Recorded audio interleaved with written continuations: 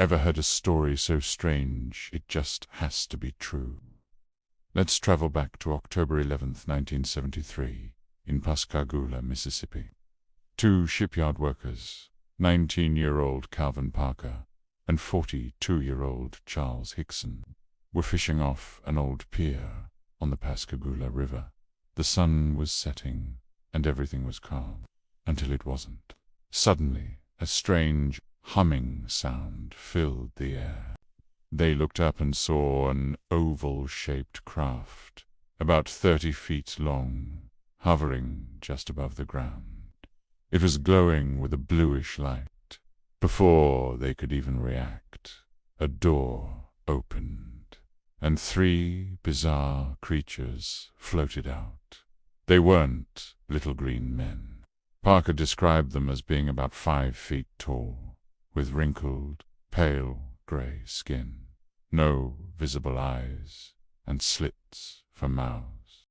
Their heads were fused directly to their shoulders, and instead of hands, they had pincer-like claws. The 2 men were paralyzed with fear. They couldn't move a muscle. The creatures floated towards them, and 2 of them grabbed Hickson, while the 3rd took Parker. They were lifted off their feet and floated into the craft. Inside, the air was cold, and the light was blinding. Parker remembers being laid on a table. He felt a strange, scanning sensation, like a machine was examining him from head to toe. He was terrified, convinced he was going to die. He said he felt a prick in his arm, and then everything went black. The next thing he knew, he and Hickson were back on the pier. The craft was gone. They were completely disoriented and terrified. Shaking, they drove to the sheriff's office to report what happened. The deputies were skeptical, of course. Who wouldn't be? But Parker and Hickson were visibly distressed.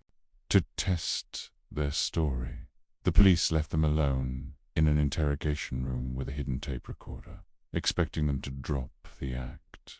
But the recording captured something else entirely. The 2 men whispering in genuine terror about their experience. Hickson tried to calm a praying Parker who was overwhelmed with fear. The Pascagoula abduction became one of the most famous and well-documented UFO cases in history. Charles Hickson spoke about it publicly until his death in 2011.